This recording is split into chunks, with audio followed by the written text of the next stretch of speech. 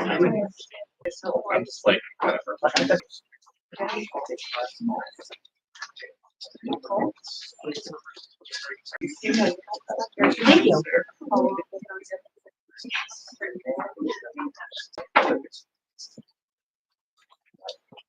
That's why I have to.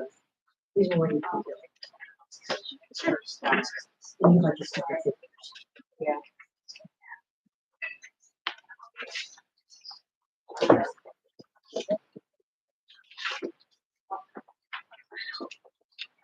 Oh, yes.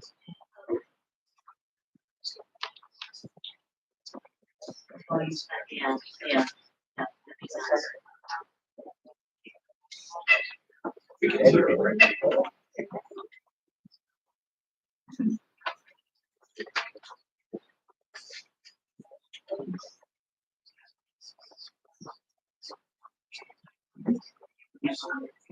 Sure.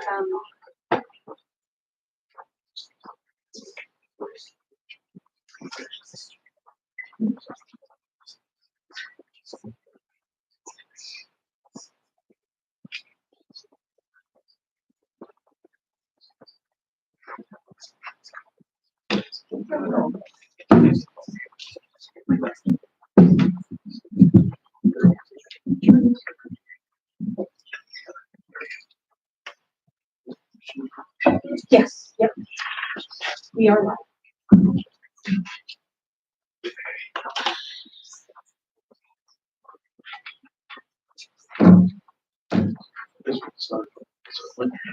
We all stand for the pledge, please.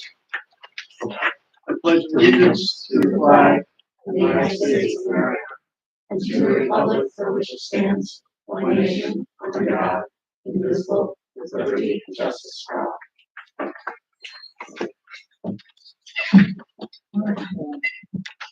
We're gonna start right up with the budget presentation.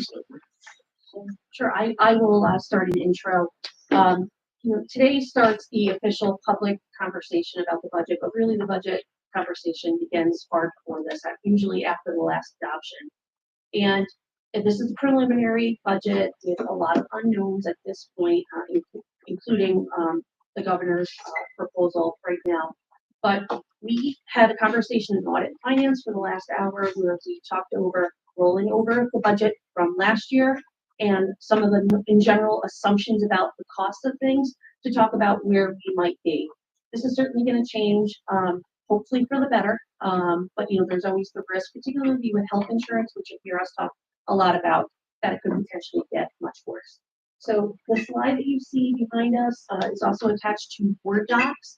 It has a little bit more information, but we're going to go over the highlight of that. Yeah, we're just going to touch on some of the big pieces here for the first budget presentation. So looking at the budget overview, I think the biggest thing to point out here, so, currently we're looking at an increase budget to budget of 5.34%. And you'll see here when you look at the current budget versus the projected budget, that really that big increase is in benefits, and that's health insurance. So the trend has been that our health insurance increases have been, upwards 10 to 12%, and that's what our consortium is looking at for next year. So in this current budget projection, I've used 12% as an increase. It could be higher than that. Hopeful that it's lower, but that's just the current trend right now. And family plan in our school district is about $32,000. So that's a huge expense for the district. We also have retirees that don't pay anything due to contractual obligations. So again, it's a massive expense that benefits line. The majority of that line is health insurance. The rest are some additions. We had some things that were added to the current budget that were then rolled into this budget. Some, outside special ed placements. We had some new hires. So those were added in. And then, of course, our contractual salary obligations to all of our staff based on their contracts. So that's really the bulk of the increase for our budget next year that we're looking at our revenue outlook. For the tax cap calculation, we do have the 2% inflation factor, which is the highest it could be, so that's a good thing. Our tax cap calculation should be coming out in the next few weeks, so I'll get everyone that. Looking at foundation aid, I think that's kind of the depressing part is that our district under the current formula with the state, we're looking at only an increase in foundation aid over current year of just under $75,000. So $75,000, you're talking about a 12% increase on health insurance. That doesn't even touch that increase. So that's really upsetting. Then other areas of our revenue, of course, we have the students that come here for wine and skill. They can choose us as one of the districts after their 8th grade. And that has dropped over the last few years, but we have been fortunate that we have some special ed students that have come here, and that has boosted our tuition a little bit over the last few years. But definitely that enrollment has gone down, and students from wine and skill are just choosing to go to other school districts. Another good thing that parent tuition paying students has increased. So parents who don't live in our school district choose to send their kids here and pay a tuition rate, and that's set by the state. And we have actually had a little bit of an increase of students who want to come here, usually from our surrounding districts. A lot come from Berlin, so that's been a boost to us. And then of course our interest revenue. Interest has been great in our high yield bank accounts. Several $100,000 that we've gotten just from our money being in these accounts. But again, that could fluctuate. We've had years where we've made next to nothing off interest. Right now we're in a good place with that. Interest rates are high, but that could really change at any time, and that's totally out of our control and dependent on the economy with that. And then of course we'll have to consider planned use of reserves and fund balance. In our current budget, we've appropriated fund balance and use of reserves, and we are going to be how things are currently projected for the year, touching that fund balance. So if we don't want to depend on that fund balance, then we either have to take in more money or make cuts to our expenditures. So looking at our current gap. So looking at our current budget gap, there was a lot of discussion during audit finance about some items that come out that may change. Again, very preliminary. We don't have those health insurance final increases, but we are looking at a gap of basically $1.1 million, and that's based on a 2.5% tax increase and appropriating $1 million of fund balance. And I don't want to go into it now, but further on in the presentation, you'll see where we are fund balance wise. And while it's not a bad thing to have a planned use of fund balance, use a little bit at a time. If you don't make a change and you don't get more revenues in or cut your expenditures, then you're just going to keep depending on it. You'll do it. So that's something that we have to think about.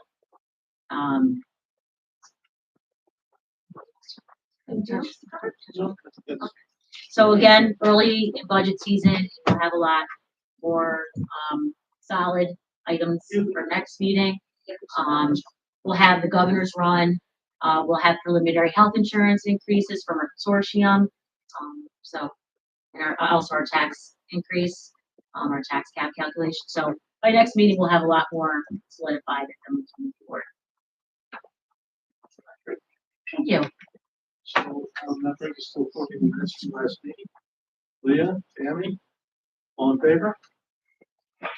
Motion carries. Thanks to the update from the superintendent. Yes, a lot of things going on. Busy time of year. This week we had a couple of very interesting and unique things. I see a handful of our students that actually joined me for a State for Future Leaders, which was with the governor. So if you were with me at Hudson Valley, can you raise your hand? A handful of them here. And they had an opportunity to hear the governor, hear a presentation, and actually Xavier had a couple selfies with the governor, which I think she liked. She seemed to like it. She giggled quite a bit. But it was really nice to be able to represent our region with Tamarack students who were absolutely wonderful. Today I had an opportunity to spend most of the day with the Commissioner of Education for New York State and her cabinet. And she spoke about many of the initiatives that the governor has, some things that are impending for the state. And some of the things that were touched upon were the initiative to strengthen college and high school to build the workforce. Micron has a huge interest in growing the workforce development in our area, and by strengthening and making kids that are able to get college and high school credits more uniform across the state, that's one of her huge initiatives. So I believe she's going to be putting, the governor's going to be putting some money that the commissioner will work with school districts and the community college partners on that. There's also an initiative, obviously, to increase reading proficiency. The commissioner spoke about the governor's proposal to have universal school meals. We are already community eligible right now, so there wouldn't be a change, although it was only for 3 years, so hopefully that'll be sustaining after that, as it should be. The commissioner talked about APPR, and APPR, for those of you that don't know, is the teacher evaluation system. Our district's been pretty proactive in working towards an updated APPR plan, so I believe that the portal will be open very shortly and we'll get to submit something that we've been preliminarily working on with our teachers. I had the honor today of addressing the commissioner on new graduation measures.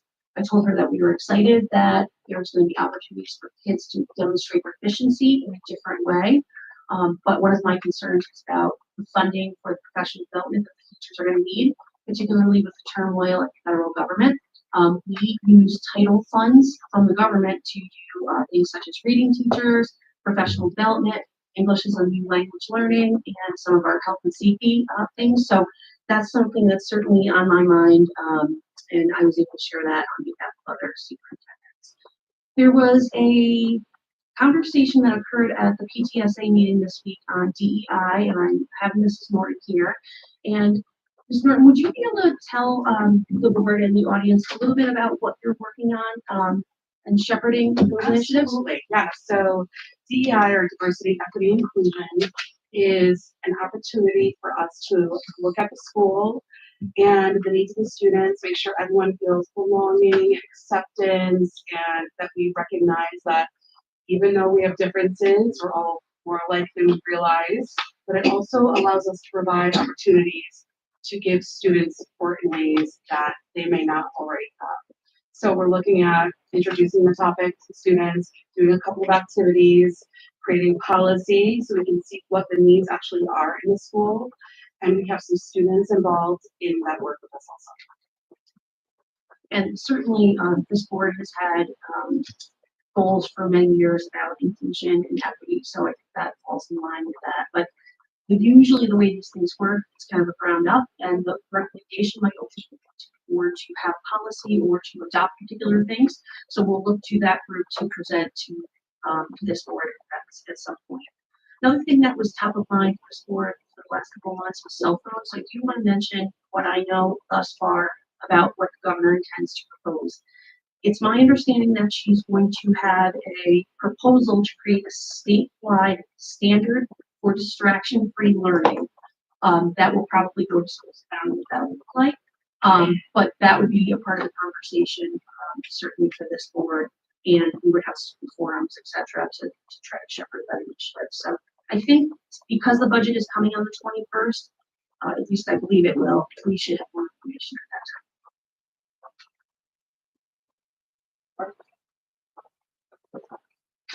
So that brings us to the building administrator. Sure. Mrs. Norton, since you're already up, how about you? I would be happy to do that. So you'll notice that Kayla's not here today. She's in Greenwich with her basketball team. I'm sure we're here that they have win. They're playing right now as we speak.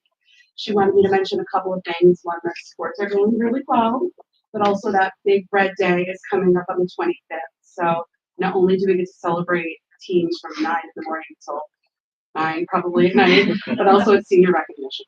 So she wanted to mention that. Academically, January is a very busy month. So we have Regents Week next week, and we have a great opportunity for our 11th grade students. They all take the ELA exam. So what this allows for them is to pass the exam and be done with one of our core exams. So it's one less they have to take in the spring. But I think more important than that is the fact that we have students that will not pass the exam. It allows us to identify them and provide academic support when we can. So that worked out really well last year. We were able to help a lot of students through it in the springtime. The other thing we have going on is our computer-based testing.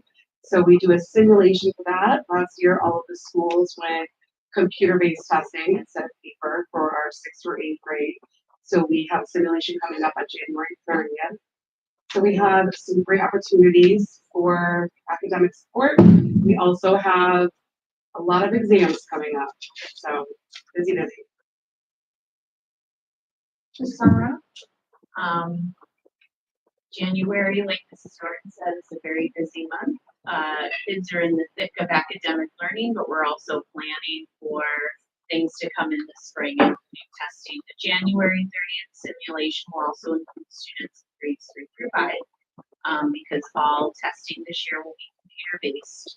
Last year we rolled it out with 5th grade only, but all of our tested grades in the elementary building will be taking their assessments in ELA, math, and science for 5th graders on computers. The simulation on the 30th, we did this last year with 5th grade. I'll be sending out a correspondence to parents at the end of this week just to make sure everybody's notified that this will be happening. It's really just practice. It's a way to test our system, and we're all doing it, grades 3 through 8, all on the same day at the same time strategically, so we can ensure that we have enough bandwidth for testing. Our actual testing dates between buildings might vary in terms of dates and time. So if everything works well on the 30th, then it should be smooth sailing when we test. And this is not scored. It's very short, it's very low stakes, and even for our 5th graders last year, it felt very relaxed and a helpful way for them to get familiar with the testing platform. Our report cards will be posted for elementary students for the second part of the period at the end of the month, the 28th. They should be available for access in the portal. Of course, if any parent has an issue accessing their child's report card, they can contact our office and we can help them out, no problem. We have personal safety lessons. These are annual lessons and presentations that come up in compliance with parents' law every year. And we provide these lessons and presentations in partnership with St. Peter's Health Partners, and they'll be taking place on the 27th and 28th, so we look forward to that. And we also have a special presentation in partnership with PTSA coming up on child mental health for parents. It's another parent engagement opportunity. PTSA was kind enough to partner with us on this. This was a topic when I surveyed parents that was high on the list of priorities to learn more about. A presenter from the Mental Health Association in New York will be coming to present on just some introductory level issues around child mental health. What's typical child development in terms of like emotional development, maybe some conversation starters with your children to check in and see how things are going. So we look forward to that. That will be in February, but we'll be putting out communication very shortly on the details of that. And most importantly, we have a teacher in our building that I am recommending for tenure this evening. Is here tonight. This is Kristen Zakarowski. We're very lucky to have Mrs. Zakarowski in our building. She's been with us since about 2021. She was initially hired as a teaching assistant, then was hired to do strictly remote instruction in January 2021, before being hired as a classroom teacher, where she's been ever since. Started in 4th grade and she's currently teaching 2nd grade. We're very fortunate to have Mrs. Zakarowski with us. She has about 3 decades of experience in teaching. Most of that was with the Albany Diocese before joining us at Tamarack. She has a very inclusive learning design in her classroom that I've witnessed during multiple observations, where she uses a variety of techniques and technology supports to capture learning styles across a range of needs with her students. And very importantly, Mrs. Zakarowski had a willingness to serve the broader educational community early on. She's already serving on a variety of academic committees, the Character Education Committee, the Sunshine Committee at our building, which really is just a group that likes to support colleagues and show appreciation for each other and take care of each other. So with that, I am thrilled to be the principal that gets to recommend Mrs. Zakarowski for tenure with us at Tamarack, and I congratulate her.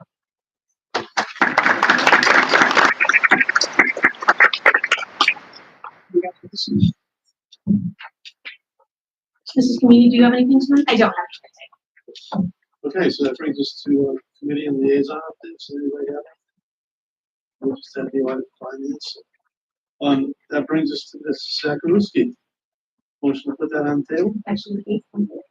Sorry, let's just. Okay. I'm sorry. I'm sorry, Danielle and Tim. All in favor? Motion carries. Congratulations.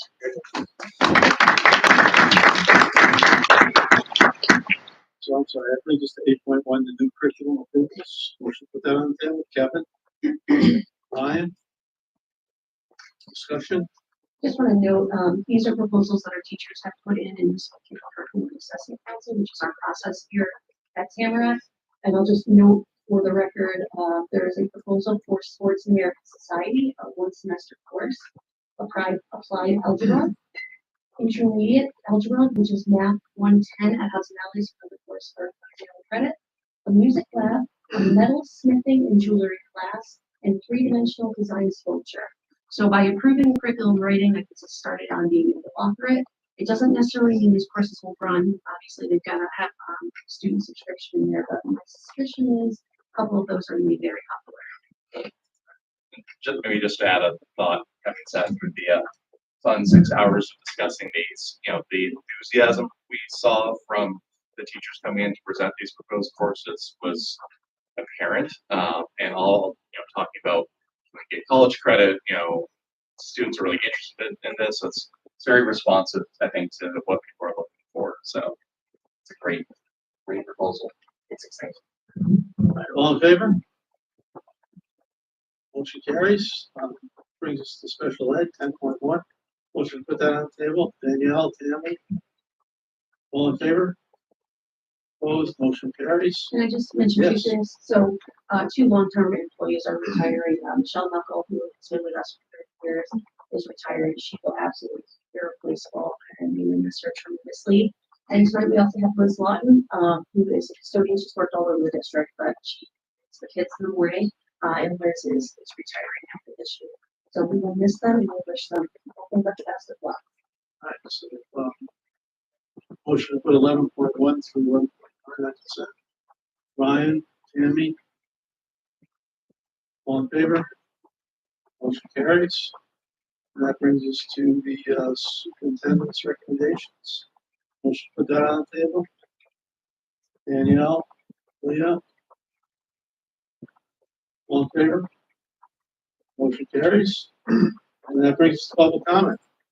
I'll just start by reading. For public comment, please make sure you sign in with the Board of Education clerk. Introduce yourself with your name and address. No hurtful or defamatory remarks about individuals. The Board of Education may not respond and rather take further advisement. You are limited to comments to 3 minutes and limit repetition between speakers.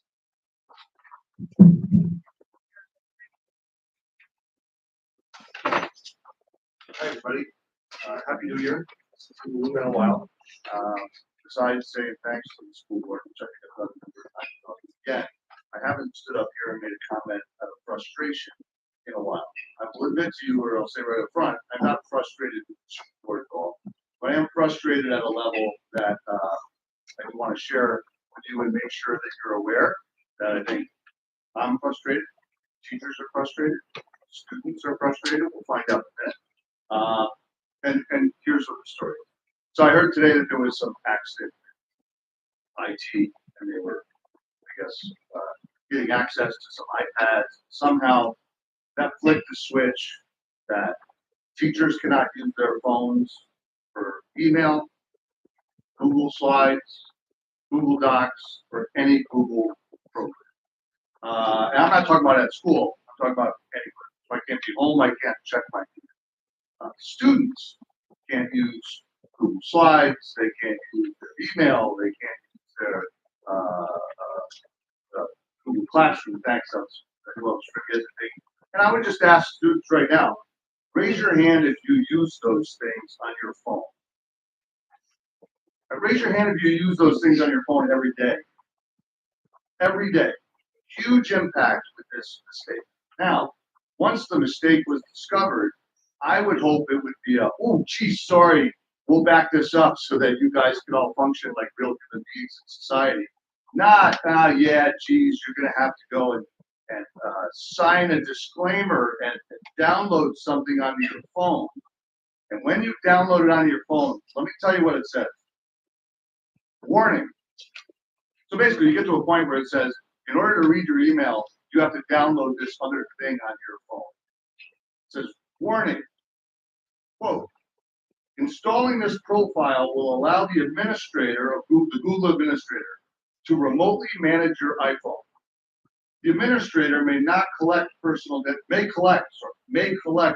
data, add and remove accounts and restrictions, install, manage, and list apps, and remotely erase data on your iPhone. That's what it says. Now, obviously, we were then told, well, it's not required. You don't have to do this. But you do have to do this if you're going to use any Google app on your phone. This is going to affect their education.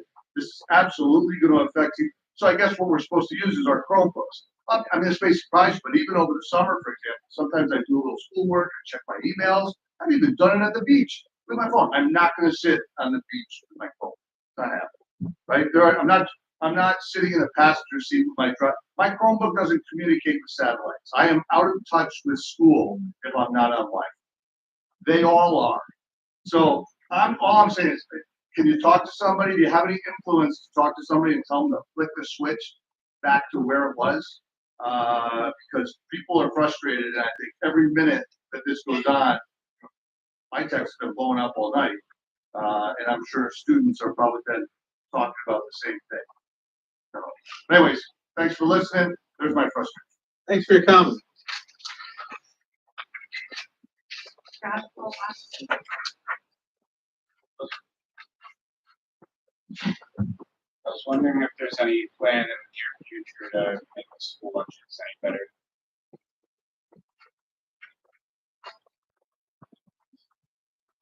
We have a new director of food services. So we'll see.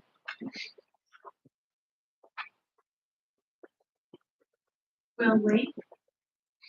I seen the $1.1 million gap, and I wanted to know like what you guys had in stage to close that gap because it's never had pushed us.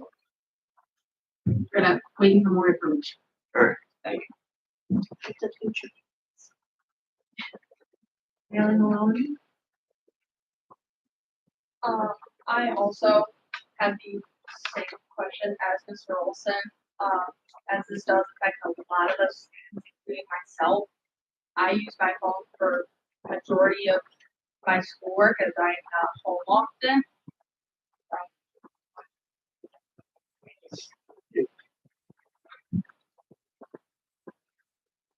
Cameron Rodgers. My name is Cameron Roderick.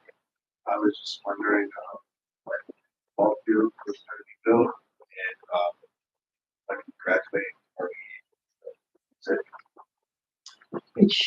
We should break ground in May and no, we will not release it. It will not be ready till October. At the best case scenario.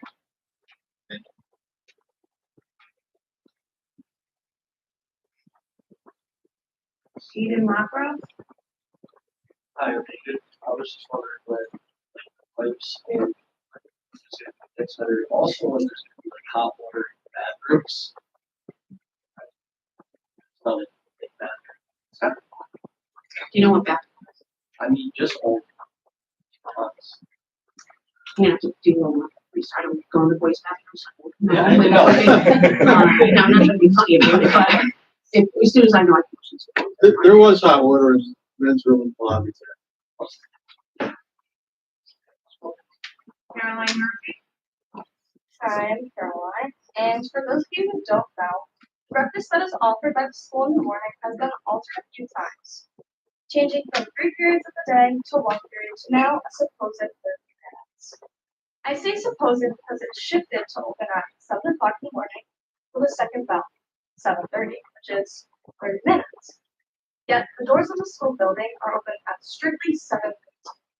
Students are either held in the lobby or on their buses until 7:15, and they are allowed to enter the building. This really only offers breakfast for 15 minutes. So we've gone from over 2 hours of breakfast to 15 minutes. What exactly does offering breakfast for 15 minutes benefit? Students will show up late to class due to longer lines, etc. According to administration, there was a situation just this past week. Breakfast was offered for just one period, and there was a line of 150 students.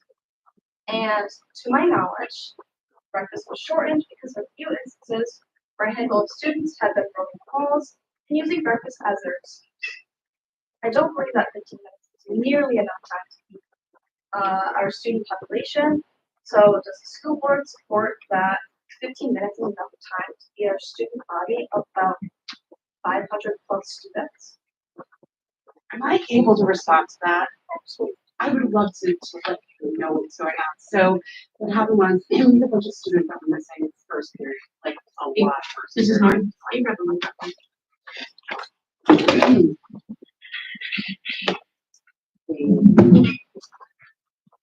So we had a bunch of students that were missing a lot of first period, and a bunch of the staff were upset because it was the same students over and over, and this was 6th through 12th grade.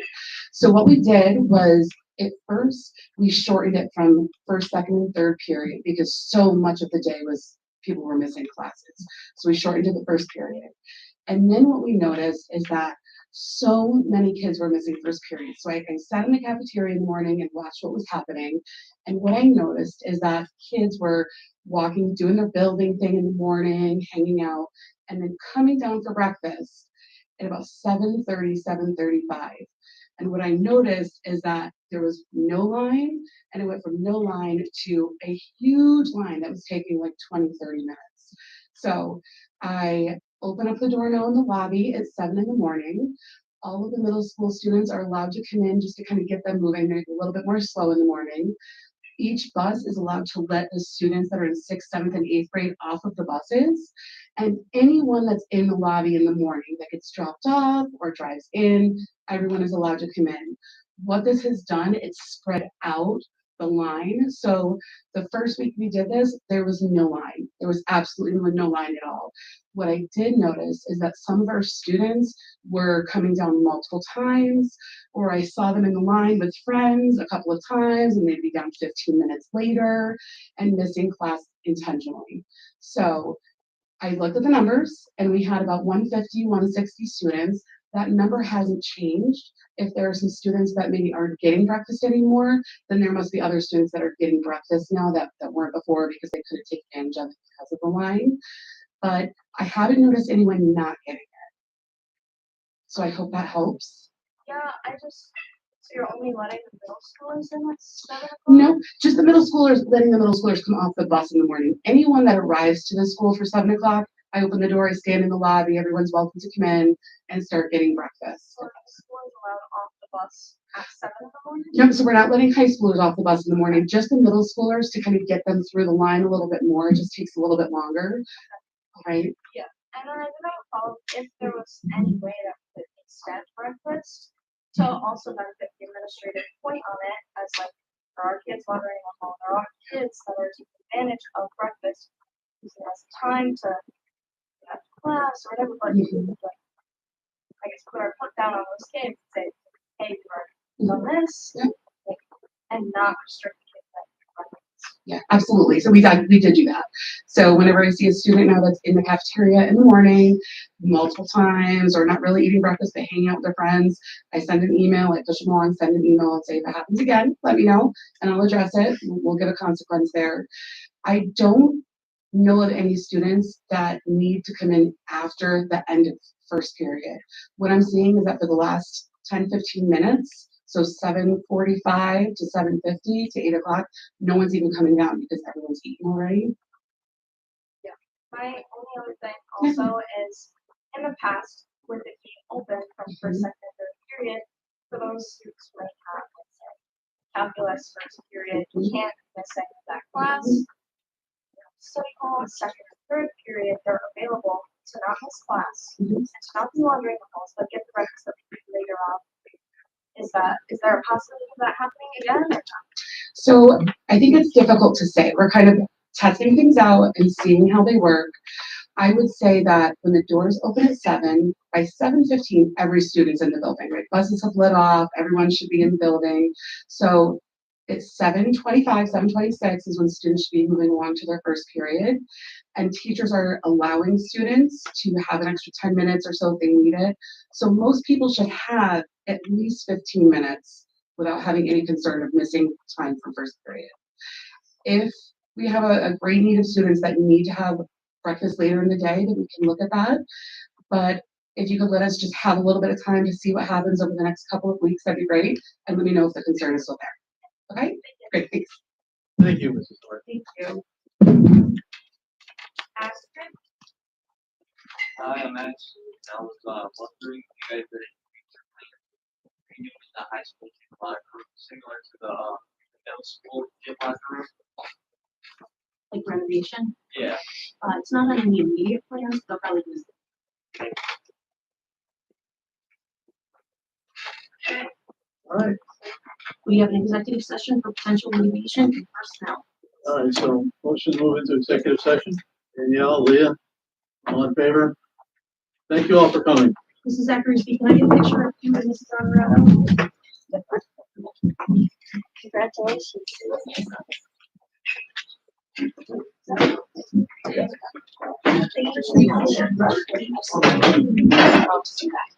Yeah, her answer. That was fair. Okay, thank you. I appreciate it. So impressive.